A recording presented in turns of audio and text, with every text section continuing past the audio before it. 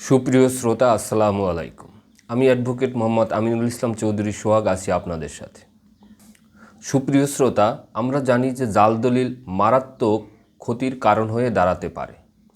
অর্থাৎ আপনার বাবা বা আপনার চাচা বা আপনার মায়ের কাছ থেকে প্রতারণা করে কোনো একজন ব্যক্তি দলিল জাল করে আপনাদের সম্পত্তি হাতিয়ে নিয়েছে, অথবা আপনি জীবিত থাকা অবস্থায় আপনার সম্পত্তি জাল করে অন্যে নিয়ে গেছে।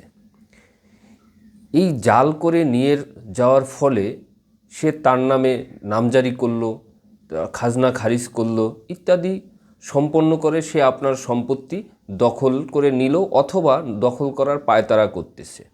এখন আপনি কি করবেন? আপনার করণীয় কি? এই সম্পর্কে অর্থাৎ জাল দলিল সম্পর্কিত যত সমস্যা আছে এই সমস্যাগুলো নিয়েই আজকে এই ভিডিওতে আলোচনা করব। অবশ্যই সবাই সঙ্গে থাকবেন এবং যারা এখনও চ্যানেলটি সাবস্ক্রাইব করেননি অবশ্যই চ্যানেলটি সাবস্ক্রাইব করে দিবেন এবং যদি ভিডিওটি ভালো লেগে থাকে অবশ্যই লাইক, কমেন্ট, শেয়ার করবেন।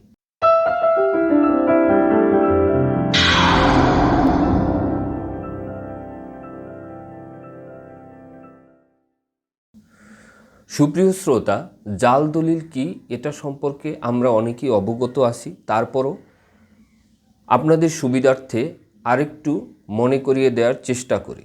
জাল দলিল হলো সেই দলিল যে দলিলটি মিথ্যাভাবে সৃজন করা হয়, অর্থাৎ মিথ্যাভাবে তৈরি করা হয় বা সৃষ্টি করা হয়। সেটা কিভাবে? হয়তো কোনো একজন গরিব লোক তাকে বিভিন্নভাবে নানা প্রলোভন দেখিয়ে তার কাছ থেকে মিথ্যা বলে টিপসই নিয়ে গেল, অথবা দেখা গেল ওই লোকটি বৃদ্ধ, ভালো কানে শোনে না অথবা চোখে দেখে না অথবা বয়সের ভারে সে একেবারেই নুয়ে গেছে। এরকম কোনো ব্যক্তিকে নানাভাবে প্রলোভন দেখিয়ে ফুসলিয়ে তার কাছ থেকে জমি নিয়ে নেওয়া হয়। অথবা দেখা যায় যে ব্যক্তির জমি তার মতো করে অন্য আরেক ব্যক্তিকে সাজিয়ে মিথ্যাভাবে সাব রেজিস্ট্রি অফিসে দাঁড় করিয়ে তার সাইন নকল করে ওই ব্যক্তি দ্বারা সাইন দিয়ে এভাবে মিথ্যা দলিল সৃজন করা হয়ে থাকে।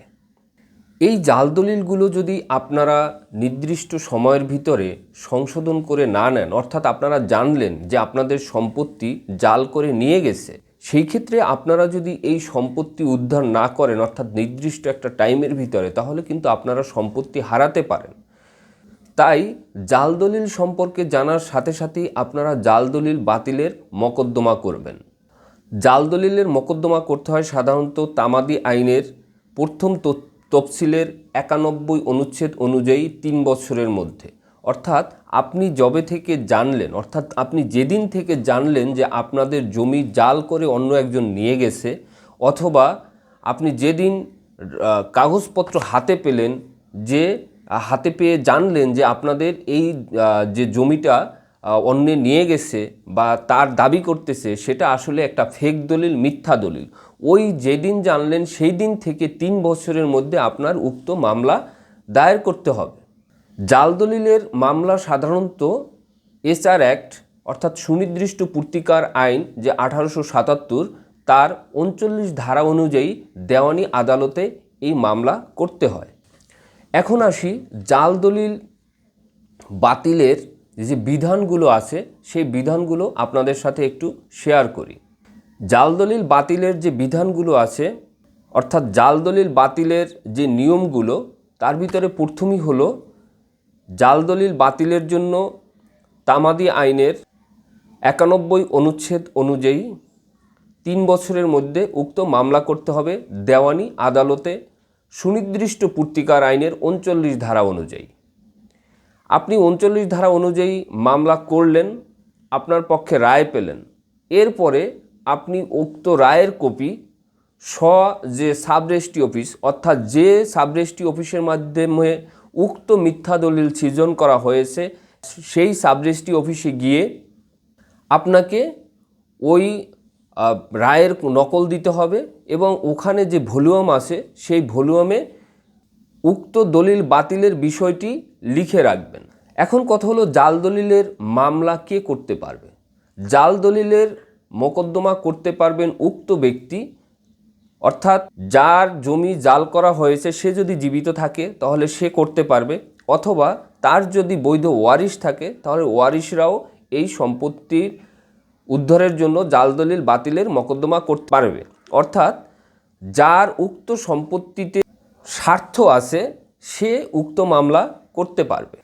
একাধিক যদি ওয়ারিশ হয়ে থাকে বা একাধিক যদি পক্ষ হয়ে থাকে তাহলে তাদের ভিতরে যে কোনো একজন উক্ত মামলা সবার পক্ষ হয়ে করতে পারবে।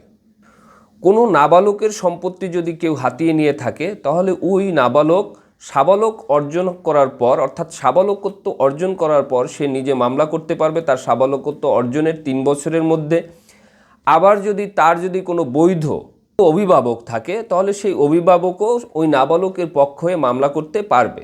এখানে যে উক্ত দাবি উত্থাপন করবে, অর্থাৎ যে মকদ্দমাটা করবে তাকেই কিন্তু এই মকদ্দমা প্রমাণ করতে হবে।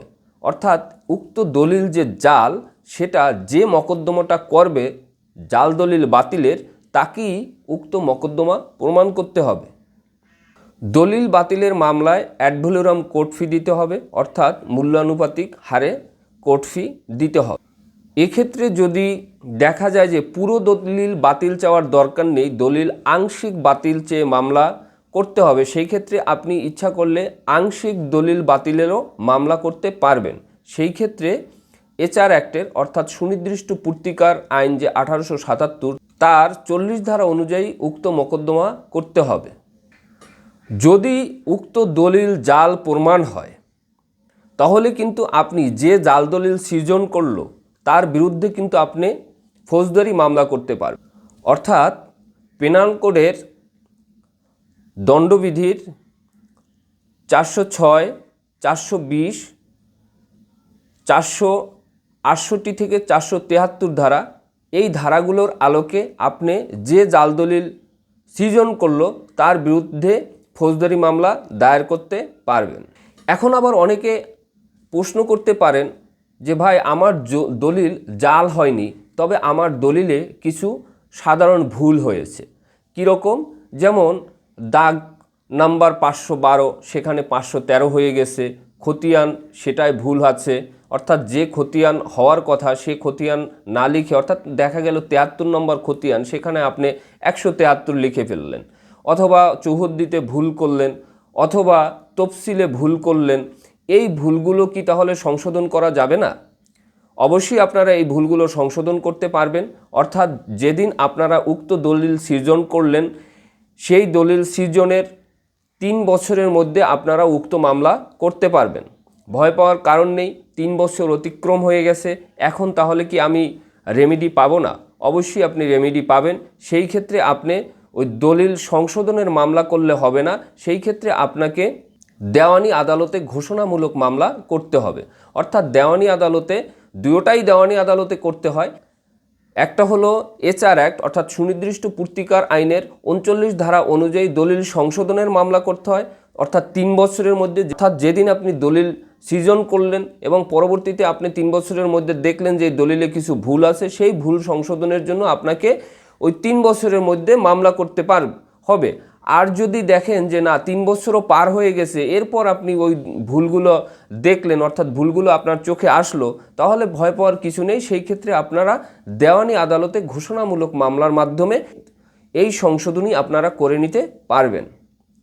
সুপ্রিয় শ্রোতা, আমার এই বক্তব্যগুলো যদি আপনাদের ভালো লেগে থাকে, কাজে লেগে থাকে, তাহলে অবশ্যই এই ভিডিওটি শেয়ার করবেন এবং লাইক করবেন। আমার তরফ থেকে একটা রিকোয়েস্ট থাকবে, যারা এই চ্যানেলটি এখনও সাবস্ক্রাইব করেননি তারা অবশ্যই চ্যানেলটি সাবস্ক্রাইব করে দিবেন, কারণ এই চ্যানেলে যে তথ্যগুলো দেয়া হয় সবই আপনাদেরকে উজ্জীবিত করার জন্য দেয়া হয়ে থাকে। সবাই ভালো থাকবেন। ধন্যবাদ। আসসালামু আলাইকুম।